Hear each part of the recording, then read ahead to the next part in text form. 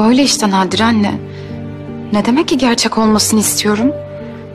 Yani biliyorum ne demek olduğunu ama ne anlama geliyor yani? Doğru. Sen hiçbir şey formalite değil demiştin bana. Ama senden duymakla ondan duymak aynı şey değil ki.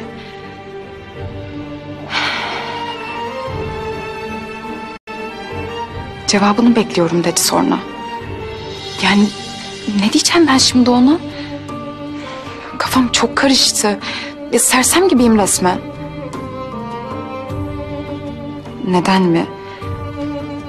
Çünkü her şey o kadar ani oldu ki. Apar topar formaliteden evlendik biz. Hiçbir şeyimiz normal insanlar gibi gelişmedi ki bizim. Yani normal insanlarda daha farklı olur ya bu süreç. İlk önce şey olur. Yani tanışılır, konuşulur. Birbirlerine karşı bir şeyler hissederler. Öyle değil mi? Biz ilk önce birbirimizden nefret ettik. Sonra da evlendik ama. Sonra da şey oldu.